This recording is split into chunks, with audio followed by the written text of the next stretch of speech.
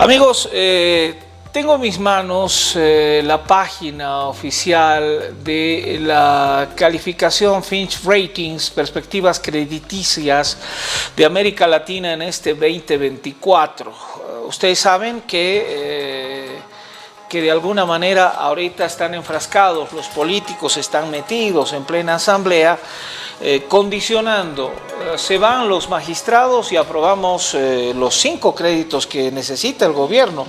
¿Créditos para qué? Parecería muchos de ellos están destinados a pagar la platita de los empleados públicos y más, porque platita no hay, subvención a gasolina, etcétera, etcétera. Don Gonzalo Chávez había hecho hace muchísimo tiempo sendas columnas y análisis diciendo que la época de la bonanza se ha terminado y de que tendríamos que ser un poquito mucho más responsables con lo que viene hacia adelante. Hablaba sobre las reservas internacionales, lamentaba que no haya datos en el Banco Central de Bolivia, mencionaba sobre el tema de los indicadores macroeconómicos, la carencia de dólares. Nos ha hablado muchísimo sobre todo esto. Ayer el ministro del área de platita en nuestro país dijo, no, esos Fitch son parte del imperio, están calificándonos mal, el cálculo del presupuesto general de la nación no le han dado una observación. Nosotros de alguna manera tenemos 2 millones de bonos soberanos en mercados de valores, para mencionar algunos mecanismos. Hoy día he querido consultar al profesor, amigo nuestro, él tenía un sector hace muchísimos años aquí dentro de Postdata, el profesor Gonzalo Chávez, que está junto con nosotros. Gonzalo, muchas gracias por la deferencia con Postdata, por hacer este Zoom. A ver, cuéntanos, nos los has repetido como predicador allí en el desierto. No hay época de vacas gordas ahora, estamos en época de vacas flacas, y parece que los indicadores internacionales así lo van corroborando.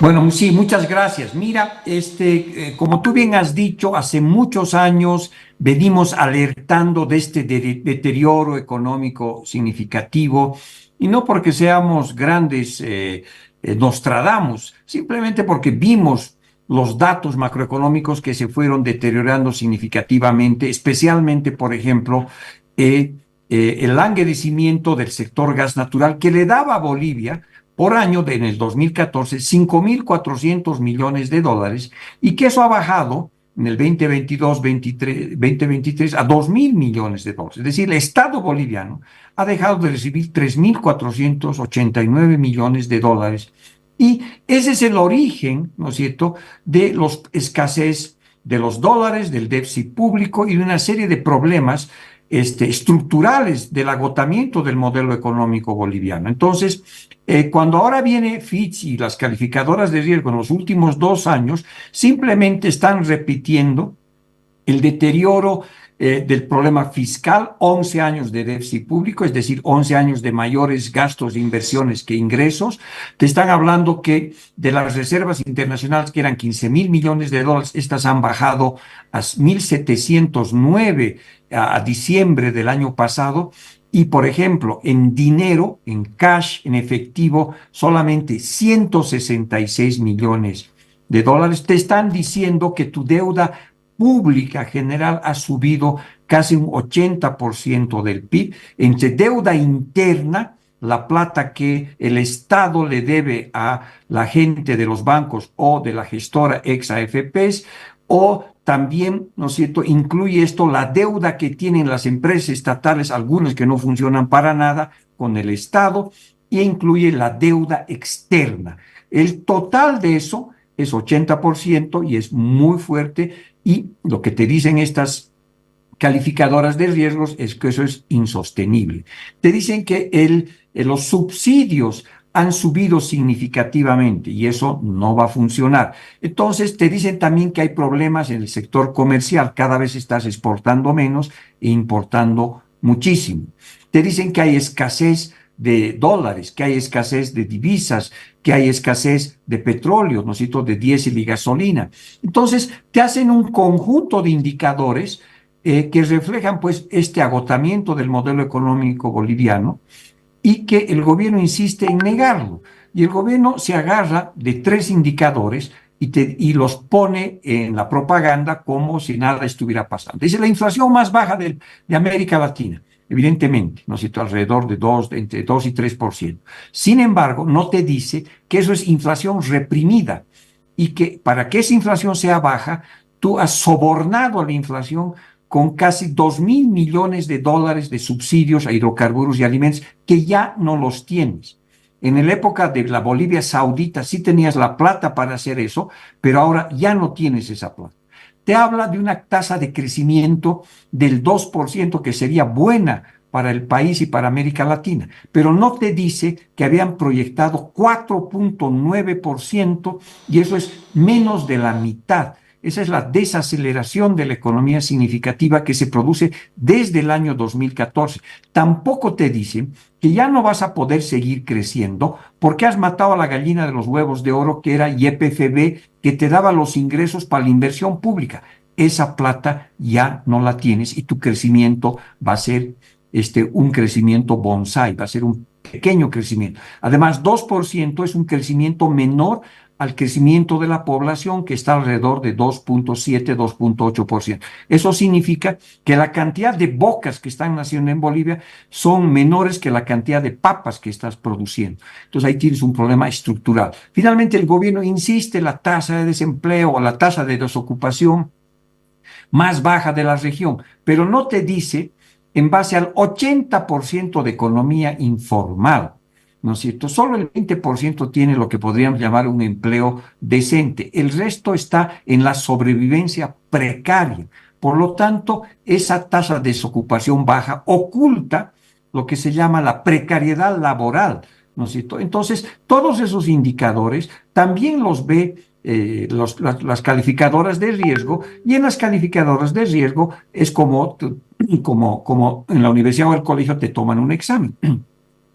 Tú puedes tener muy buenas notas, buenos indicadores macro, eres triple A, pero después parece 2A, A, menos A, 3B, B, menos B, y finalmente 3C, que es pues a plazo. Entonces, esas calificadoras de riesgo están señalizando el mercado internacional para la inversión y para los préstamos. Y de nada sirve negarlos porque afuera la gente mira las cosas. Y si encima al deterioro macroeconómico que hemos indicado ahora en diferentes puntos adicionas el deterioro del clima político, de la gobernabilidad en el país, un país que se da el lujo de parar 15 días, ¿no es cierto?, y perder 1.000 millones de dólares. ¿Tú crees que eso es una señal buena para los inversionistas? No lo es. ¿Crees que eso no se refleja en el índice de riesgo? Por supuesto. Entonces, las calificadoras de riesgo están diciendo simplemente lo que nosotros, los analistas económicos, decimos a varios años, pero el gobierno sigue con la estrategia del narcisismo macroeconómico. Esta idea de ponerse frente al espejo de la propaganda, hacerse ojitos, mandarse besitos y decir que lo mejor que le está pasando a Bolivia es este modelo económico y que todo lo demás es pues una conspiración, ¿no? Ahora, Gonzalo, evidentemente tú hablas en sencillo con la gente, tus TikToks por eso son tendencias nacionales e internacionales, porque le vas explicando esto que es muy técnico en palabras sencillitas, pero que la gente las intuye, porque el hecho económico está en nuestro bolsillo. O sea, ¿quién mejor economista que un ama de casa que hace que un billete de 100 se pueda estirar y equivaler a un billete de 1.000 para darle comida a la familia? Es un gran economista y creo que todos somos economistas y nos vemos obligados. Pero hay una cosa de la que no nos podemos abstraer. Hoy día salió una información que decía el gobierno decidió que los cisternas de Arica no salgan de Arica para subir hasta La Paz, porque no había platica. Y lo dice cierta información de urgente.bo. Es decir, el factor bloqueo Evo evidentemente perjudica, pero tampoco le puedes echar la culpa al factor bloqueo y a todo de este escenario que estamos viviendo, que no es un escenario producto del bloqueo, sino es un escenario de que no está funcionando el modelo. Por supuesto, evidentemente el bloqueo le va a dar una coartada por algunos días y para echarle la culpa de los problemas. Pero el deterioro, por ejemplo, de las reservas internacionales ha comenzado el 2014-2015. Entre el gobierno de Arce, Catacora, reciente, Evo Morales y la propia Áñez, han gastado 13.000 millones de dólares de las reservas internacionales. Y eso no tiene que ver con bloqueo, ni tiene que ver con conspiración de los analistas. Eso es un dato duro, ¿no? Que ha comenzado a gastar el gobierno porque ya no tenía plata del sector externo. Las reservas internacionales, Juan Carlos, es como una piscina. Imagínate una piscina de 15.000 millones de litros, de 15.000 millones de dólares. Esa piscina la has llenado cuando hubo la bonanza externa, cuando el gas, los minerales, la soya, pues nos dieron más de 60.000 millones de dólares, ¿no es cierto?, a Bolivia. Pero resulta que el 2014 caen tus exportaciones y tú dices, bueno, mira, los ingresos han bajado de exportaciones, por lo tanto nuestros impuestos, no se preocupen, vamos a seguir gastando lo mismo.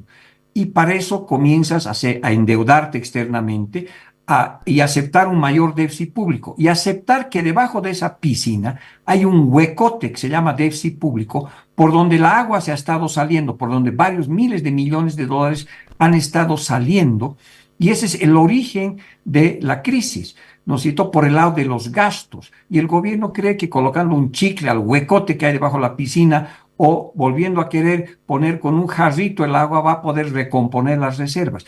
Eso ha caído de manera dramática. Y si no cierras el déficit público, no vas a tener soluciones de mediano y largo plazo. Entonces, el gobierno sigue insistiendo en gastar y por otra parte, el gobierno sigue con una estructura tributaria donde antes dependías del gas y ahora no tienes de dónde conseguir 3.400 millones de dólares, ¿no es cierto?, que necesita el Estado para seguir viviendo. Y como no gasta y no tiene ingresos, sigue empujando con la barriga el déficit público, ¿no? Tengo entendido, tú sabes que el factor rumor es importante, pero que tenemos una masa crítica de empleados públicos que ya supera cualquier prognosis en Bolivia. Y se hablaban de cientos de miles de empleados públicos que se comen una buena cantidad de la poca plata que genera el Estado. Pero digamos, no es el único factor crítico en este momento, sino que si seguimos cargando eso, le cargas la mochila de la subvención de carburantes y le cargas definitivamente que no quieres ajustar esto. Hay organismos internacionales que le han dicho, mira, no vamos a tener una Argentina 2. Si no reduces el gasto público, ajustas tu tipo cambiario, un tipo real, estaríamos hablando de 10 a 14 bolivianos y subes tu precio de litro de gasolina, como está en el Perú, a casi 9 bolivianos o en Chile a 11 bolivianos, nosotros no te podemos dar plata porque es plata que le estamos quemando y tú no nos las vas a poder devolver. ¿Será cierto eso? Bueno, mira, yo creo que evidentemente el diagnóstico es complejo y las soluciones también son integrales, ¿no? No hay una solución mágica. No vamos a volver a los tiempos de hace algunos años atrás. Y no hay una medida que va a resolver absolutamente todo. Tal vez en los años el litio te ayude, pero el resto de cosas hemos entrado, Juan Carlos, a un periodo de política económica que la podríamos denominar en inglés every penny counts, cada centavo cuenta, o si quieres ponerlo en jerga popular, cada puchito cuenta. Entonces, hacia adelante, lo que el gobierno tiene que hacer es, pues, cortar parte significativa del gasto público que tienen empleos. No estoy hablando de un corte carnicero con todo el respeto a los matarifes, sino de cortes cirujanos. Necesitas cortar el empleo en Bolivia de manera significativa, empresas públicas ineficientes y una máquina burocrática del Estado enorme, tanto a nivel nacional como regional. Evidentemente tienes parte que no puedes cortar, es muy difícil porque son maestros, militares y policías, pero hay una parte grande que sí puedes hacer. Tienes que cortar propaganda y gastos inútiles que tiene. En el Estado boliviano hay una población mayor que la de Cochabamba, ¿no es cierto? Más de 500.000 personas, o que Oruro, o que Potosí, ¿no es cierto?, que viven de los impuestos. Entonces, ¿eso te va a resolver completamente los problemas? No, va a ser un puchito que te va a ayudar a cesar tu déficit público. Después, en algún momento, como te digo, tenemos que pensar una reforma tributaria, porque este modelo económico comerciante, rentista, ha generado nuevos ricos que mueven en la economía boliviana 25.000 millones de dólares, más de el tamaño del PIB de un año, que es toda la riqueza generada por un país. Entonces, sumemos los 25.000, 13.000 millones de dólares de grandes gremiales de manera formal de comercio. 3.000 de contrabando son 16.000 millones de dólares.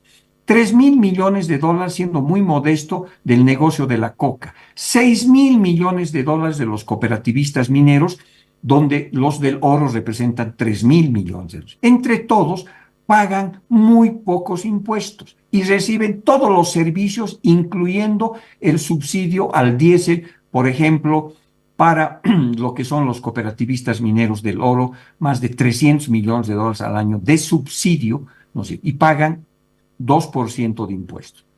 Entonces, en algún momento, la sociedad tiene que sentarse y decir, miren, aquí hay un problema muy serio de impuestos, rebajemos a los que han pagado en los últimos 200 años y pues estos nuevos ricos que ayuden con un poquito y no están pidiendo, ¿no es cierto?, grandes fortunas. Si pudieran pagar en promedio todos un 10%, que es bajísimo, pues imagínate, son 2.600 millones de dólares que tendrías, casi podrías compensar lo que has perdido con el gas.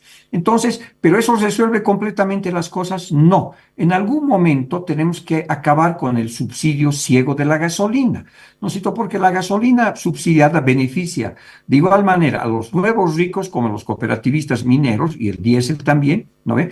Y a los que tienen autos carísimos de 30.000, 40.000, 50.000 dólares y por supuesto beneficia justamente al micrero, al transportista, al que tiene un apetito, etcétera. Entonces, en algún momento tenemos que diferenciar precios. Y ahora con la tecnología Big Data se puede hacer, con el B-Visa se puede hacer de tal manera que puedas cobrar un impuesto más elevado, una gasolina más elevada con un subsidio menor a ciertos grupos, ¿no ve?, que sí pueden pagar y, por supuesto, mantener el subsidio para el transporte público y para la gente más pobre. ¿Va a resolver totalmente el problema? No, pero va a ser otro puchito. Entonces, tú tienes que hacer varias transformaciones de ese tipo. El gobierno insiste que su sustitución de importación sería la solución. Y vemos que ellos mismos te dicen, es más o menos, vamos a sustituir importación, o sea, vamos a dejar comprar cosas de afuera como 1.300 millones de dólares. Pero ahí tú ves, comparado con los 3.500 que falta, pues el agujero sigue siendo muy grande. Entonces, son medidas varias, estructurales, que vas tomando de tal manera que reequilibras el sector público en un primer momento y necesariamente tienes que cambiar este modelo que ya está agotado. Digamos, sin el gas, sin la plata del gas, este modelo no funciona. Y tú producías 60 millones de metros cúbicos de gas el año 2014, ahora produces 35. No hay de dónde sacar, no hay más mercados. En el futuro podrá venir el litio, el propio gas y otro sector, sí, pero el futuro tiene por lo menos unos 2, 3 años de transición y en esa transición tienes que cambiar, ¿no es cierto?, esta visión dispendiosa del Estado en la economía que no piensa, ¿no es cierto?, en la eficiencia, en la calidad del gasto público y otras cosas parecidas, ¿no? Gonzalo, para que la gente entienda. Marcelo Montenegro ayer ha dicho, es indignante que nos califiquen de esa manera porque Bolivia paga puntualmente su servicio de deuda. Por eso rechazamos la calificación Fitch. ¿Es coherente el concepto? Todos hemos visto seguramente la serie El Doctor House, ¿no es cierto? Este médico que hacía diagnósticos complicados sobre la economía y sobre las pacientes. ¿No? Imagínate que Bolivia va donde el Doctor House y los reciben generalmente los médicos más juniors, no sé, los primeros. El Doctor House solo atiende pacientes complejos, ¿verdad? Entonces, los primeros que te atienden son los médicos juniors. Y los médicos juniors te hacen algunos análisis, te hacen análisis de sangre, te toman la temperatura, toman tus signos vitales, de repente te hacen un análisis de orina, ¿no es cierto? Y te hacen exámenes parciales, ¿no es cierto? Y superficiales generalmente. Y con ese dato van donde el doctor House y le dice, mira, este paciente está bien nomás, ¿está pagando su deuda externa? Sí, está pagando. su inflación es baja, sí, mira, su temperatura de inflación es baja. El crecimiento es negativo, no, es 2%, pero eso significa que los glóbulos rojos están nomás bien. La tasa de ocupación es 3,7 y le va a decir, no, sí, pues eso está bien nomás con el pH en la orina, así que aparentemente está bien, ¿no? Eso hay que ver, el paciente está bien. Entonces, con esos datos van donde el doctor House, y obviamente como el doctor House es un cascarrabias, los saca tostando y los comienza a reñir. Y les dicen, señores, ustedes han tomado una tomografía por los síntomas que tiene este paciente, no han visto que tiene unos tumores de subsidios gigantescos, no han visto que tiene problemas serios hace 11 años de déficit público, no han visto que este pobre paciente económico, sus defensas, que son las reservas internacionales de 15.000 millones de dólares, han bajado a 10% de lo que eran hace 10 años. O sea que tus reservas han pasado de 15.000 millones de dólares a 1.700 millones de dólares a la baja. No han visto que ese cuerpo ya no tiene defensas. No han visto que tienen una burbuja de consumo en el sector informal gigantesco. No han visto que han matado, ¿no es cierto?, al corazón de este paciente porque ya no da gas. Producía 60 millones de metros cúbicos día, ahora produce 35. Con esa cantidad no hay excedente para que funcione el modelo. ¿No han visto eso? Entonces, ese es un poco el problema de nuestros médicos junior que solamente ven la superficie, se enamoran de la métrica de la vanidad y no quieren ver los problemas que venimos alentando los analistas y ahora las calificadoras de riesgo y muchos organismos internacionales, el sector privado, porque el diagnóstico tiene que ser en base a muchos indicadores. No ven que se están peleando brutalmente. El paciente, Juan Carlos, está en la terapia intensiva de un hospital, ¿ya? El paciente económico. Y resulta que dentro de la sala de terapia intensiva están los médicos, las enfermeras, y han entrado los primos, los amigos, los vecinos, los parientes, y se están agarrando a basinicas, se están lanzando bisturís, se están peleando internamente los que habían sostenido el modelo. Entonces, todos esos indicadores, pues lo ven afuera y le dicen, estás con problemas, pero si tú no quieres aceptar eso y niegas, y tus medidas son tienes cáncer y tus medidas son que des mejoral, que pongas belladona, ¿no es cierto?, que lo hagas reflexionar al paciente. Por supuesto que la situación va a ser de esta disonancia enorme entre lo que uno ve en la realidad económica con datos fríos y la propaganda, ¿no?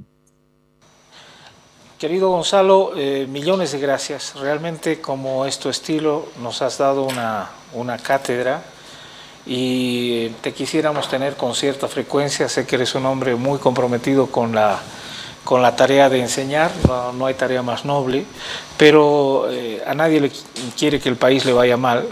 Queremos que el país tome buenas decisiones porque así nos va bien a todos. Y creo que este tipo de reflexiones nos ayudan a comprender la tomografía de la realidad y no simplemente la fotografía photoshopeada, digamos, que vamos viendo a través de la propaganda estatal que de lleno llega a ciertos medios de comunicación. Nosotros no la vemos nunca en nuestra edición. Muchas gracias y hasta cualquier otra oportunidad, mi querido profesor. Gracias, Juan Carlos. Un saludo a tu audiencia.